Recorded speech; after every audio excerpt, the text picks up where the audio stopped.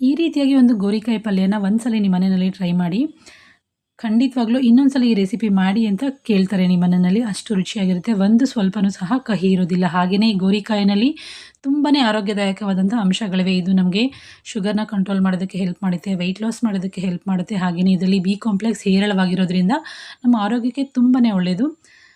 ಈ ರೀತಿ ಒಂದು ಪೌಡರ್ನ ಮಾಡಿ ಹಾಕೋದ್ರಿಂದ ಇದರಲ್ಲಿರುವಂಥ ಕಹಿ ಅಂಶನೂ ಸಹ ನಮಗೆ ಗೊತ್ತಾಗೋದಿಲ್ಲ. ತುಂಬಾ ರುಚಿಯಾಗಿರುತ್ತೆ. ಬನ್ನಿ ಹಾಗಿದ್ರೆ ರೆಸಿಪಿನ ಶುರು ಮಾಡೋಣ. ಮೊದಲಿಗೆ ಒಂದು ಬಾಣಲೆ ಇಟ್ಟು, ಬಾಣಲೆ ಸ್ವಲ್ಪ ಬಿಸಿ ಆದಮೇಲೆ ಅದರಲ್ಲಿ 1 ಚಮಚದಷ್ಟು ಸೂರ್ಯಕಾಂತಿ ಬೀಜ, ಪಂಪ್ಕಿನ್ ಸೀಡ್ಸ್ ಹಾಗೆಯೇ ಮಸ್ಕ್ ಮೆಲನ್ ಸೀಡ್ಸ್ನ ಹಾಕ್ಕೊಂಡು ಸ್ವಲ್ಪ ಕೆಂಪಗಾಗೋದ್ವರೆಗೂ ಚೆನ್ನಾಗಿ ಹುರ್ಕೋಬೇಕು. ನಾವು ಮಾಡ್ತಾ ಇರುವಂಥ ಈ ನಟ್ಸ್ಗಳ ಪೌಡರೇ ಈ ಪಲ್ಯದಲ್ಲಿ ತುಂಬಾ ರುಚಿ ಕೊಡುತ್ತೆ. ಜೊತೆಗೆ ಇಲ್ಲಿ ನಾನು ಒಂದು 4 ಗೋಡಂಬಿ ಹಾಗೆ 4 ಬಾದಾಮಿನ ಹಾಕಿ ಚೆನ್ನಾಗಿ ರೋಸ್ಟ್ ಮಾಡಿಕೊಂಡು ಇವು ತಣ್ಣಗಾದ್ಮೇಲೆ ಪೌಡರ್ ಮಾಡ್ಕೋಬೇಕು. ನೋಡಿ, ಇವಾಗ ನಾನು ಇದೆಲ್ಲ ಕಂಪ್ಲೀಟಾಗಿ ತಣ್ಣಗಾದ್ಮೇಲೆ ಒಂದು ಮಿಕ್ಸರ್ ಜಾರಿಗೆ ಹಾಕ್ಕೊಂಡು ಇದ್ರ ಜೊತೆಗೇ ಒಂದು 4-5 ಬೆಳ್ಳುಳ್ಳಿ ಎಸಳುಗಳನ್ನು ಸಹ ಹಾಕೋತಾ ಇದ್ದೀನಿ. ನೀವು ಬೆಳ್ಳುಳ್ಳಿ ತಿನ್ನಲ್ಲ ಅಂತಂದರೆ ಬೆಳ್ಳುಳ್ಳಿನ ಸ್ಕಿಪ್ ಮಾಡ್ಬೋದು. ಬಟ್ ಬೆಳ್ಳುಳ್ಳಿ ಹಾಕೋದ್ರಿಂದ ಅದ್ರ ಫ್ಲೇವರ್ ತುಂಬಾ ಚೆನ್ನಾಗಿರುತ್ತೆ. ನೋಡಿ, ಈ ಥರ ತರ್ತರಿಯಾಗಿ ರುಬ್ಕೋಬೇಕು ಇದನ್ನು.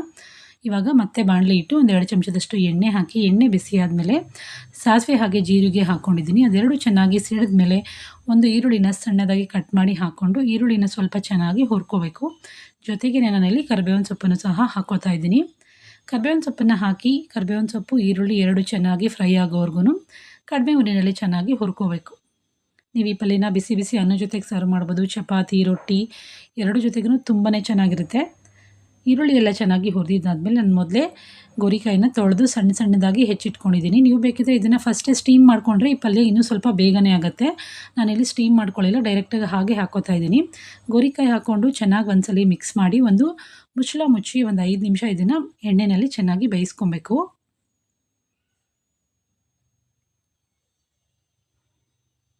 ನಾವು ನೀರೇನು ಹಾಕಿಲ್ಲದೆ ಇರೋದ್ರಿಂದ ಆವಾಗವಾಗ ಸ್ವಲ್ಪ ಚೆನ್ನಾಗಿ ತಿರುಗಿಸ್ಕೊತಾ ಇರಬೇಕು, ಇಲ್ಲಾಂದರೆ ಅದು ತಳ ಹಿಡಿಯುತ್ತೆ. ಹಾಗಾಗಿ ಮಧ್ಯೆ ಸ್ವಲ್ಪ ಚೆನ್ನಾಗಿ ಮಿಕ್ಸ್ ಮಾಡ್ಕೊಳ್ತಾ ಇದನ್ನು ಎಣ್ಣೆಯಲ್ಲಿ ಚೆನ್ನಾಗಿ ಬೇಯಿಸ್ಕೋಬೇಕು. ನಾನಿವಾಗ ಇದು ಬೇಯೋದಕ್ಕೆ ಸ್ವಲ್ಪ ಈಸಿ ಆಗಲಿ ಅಂತ ಒಂದು ಅರ್ಧ ಗ್ಲಾಸಷ್ಟು ನೀರನ್ನು ಹಾಕಿ ಚೆನ್ನಾಗಿ ಮಿಕ್ಸ್ ಮಾಡಿ ಇನ್ನೊಂದು 5 ನಿಮಿಷ ಬೇಯೋದಕ್ಕೆ ಇಡ್ತಾಯಿದ್ದೀನಿ. ನೀವು ಹೀಗೆ ಡೈರೆಕ್ಟಾಗಿ ಬೇಯಿಸೋದಕ್ಕಿಂತ ಬೇಗ ಆಗಬೇಕು ಅಂತಂದರೆ ಸ್ವಲ್ಪ ಸ್ಟೀಮ್ ಮಾಡ್ಕೊಂಡು ಅಥವಾ ಕುಕ್ಕರಲ್ಲಿ ಒಂದು ವಿಷಲ್ ಕೂಗಿಸ್ಕೊಂಡ್ರೆ ಇನ್ನೂ ಬೇಗನೆ ಆಗೋಗುತ್ತೆ ಪಲ್ಯ. ನೋಡಿ, ಇವಾಗ ಚೆನ್ನಾಗಿ ಇನ್ನೊಂದ್ಸಲ ಮಿಕ್ಸ್ ಮಾಡಿಕೊಂಡು ನಾನಿವಾಗ ರುಚಿಗೆ ತಕ್ಕಷ್ಟು ಉಪ್ಪನ್ನು ಹಾಕೋತಾ ಇದ್ದೀನಿ. ಹಾಗೆ ಒಂದು ಚಿಟಿಕೆಯಷ್ಟು ಅರಿಶಿನ ಹಾಕ್ಕೊಂಡಿದ್ದೀನಿ. ಖಾರಕ್ಕೆ ಇಲ್ಲಿ ನಾನು ಅಚ್ಚ ಖಾರದ ಪುಡಿ ಬಳಸ್ಕೊತಾ ಇದ್ದೀನಿ. 1.5 ಚಮಚದಷ್ಟು ಅಚ್ಚ ಖಾರದ ಪುಡಿ ಹಾಕ್ಕೊಂಡಿದ್ದೀನಿ. ಹಾಗೆಯೇ 1 ಚಮಚದಷ್ಟು ಧನಿಯಾ ಪುಡಿನ ಹಾಕೋತಾ ಇದ್ದೀನಿ. ಇದೆಲ್ಲನ ಹಾಕ್ಕೊಂಡು ಚೆನ್ನಾಗಿ ಒಂದ್ಸಲಿ ಮಿಕ್ಸ್ ಮಾಡ್ಕೋಬೇಕು. ನಾವು ಹಾಕಿರುವಂಥ ಮಸಾಲೆಗಳೆಲ್ಲ ಸೀದೋಗಬಾರ್ದು ಅಂತ ನಾನಿಲ್ಲಿ ಮತ್ತೆ ಇನ್ನೊಂದು ಅರ್ಧ ಗ್ಲಾಸಷ್ಟು ನೀರನ್ನು ಹಾಕ್ಕೊಂಡು ಚೆನ್ನಾಗಿ ಮಿಕ್ಸ್ ಮಾಡಿ ಒಂದು 5 ನಿಮಿಷ ಕಡಿಮೆ ಉರಿನಲ್ಲಿ ಗೋರಿಕಾಯಿನ ಬೇಯಿಸ್ಕೋಬೇಕು, ಒಂದು ಮುಚ್ಚಳ ಮುಚ್ಚಿ.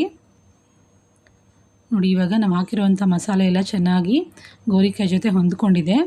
ಇವಾಗ ನಾವು ಮೊದಲೇ ಪುಡಿ ಮಾಡಿಟ್ಕೊಂಡಿದ್ದಂತಹ ನಟ್ಸ್ ಪೌಡರ್ ಏನಿದೆ ಅದನ್ನು ಇದಕ್ಕೆ ಹಾಕ್ಕೊಂಡು ನಟ್ಸ್ ಪೌಡರ್ನ ಹಾಕ್ಕೊಂಡು ಚೆನ್ನಾಗಿ ಒಂದ್ಸಲಿ ಮಿಕ್ಸ್ ಮಾಡ್ಕೋಬೇಕು. ಈ ನಟ್ಸ್ಗಳನ್ನೆಲ್ಲ ನಾವು ಫಸ್ಟೇ ಹುರಿದಿರೋದ್ರಿಂದ ಜಾಸ್ತಿ ಹೊತ್ತು ಬೇಯಿಸೋದೇನು ಬೇಕಾಗಿಲ್ಲ. ಜಸ್ಟ್ 1-2 ನಿಮಿಷ ಬೇಯಿಸ್ಕೊಂಡ್ರೆ ಸಾಕಾಗುತ್ತೆ. ಲಾಸ್ಟಲ್ಲಿ ಸ್ವಲ್ಪ ಕೊತ್ತಂಬರಿ ಸೊಪ್ಪನ್ನು ಹಾಕಿ ಚೆನ್ನಾಗಿ ಇನ್ನೊಂದ್ಸಲಿ ಮಿಕ್ಸ್ ಮಾಡಿದ್ರೆ ಟೇಸ್ಟಿಯಾಗಿರುವಂಥ ಹೆಲ್ದಿಯಾಗಿರುವಂಥ ಗೋರಿಕಾಯಿ ಪಲ್ಯ ರೆಡಿಯಾಗುತ್ತೆ. ಖಂಡಿತವಾಗ್ಲೂ ಒಂದ್ಸಲಿ ಟ್ರೈ ಮಾಡಿ. ಇಷ್ಟ ಆದರೆ ವಿಡಿಯೋಗೊಂದು ಲೈಕ್ ಮಾಡಿ, ಹಾಗೆ ಸಬ್ಸ್ಕ್ರೈಬ್ ಮಾಡ್ಕೊಳ್ಳಿ.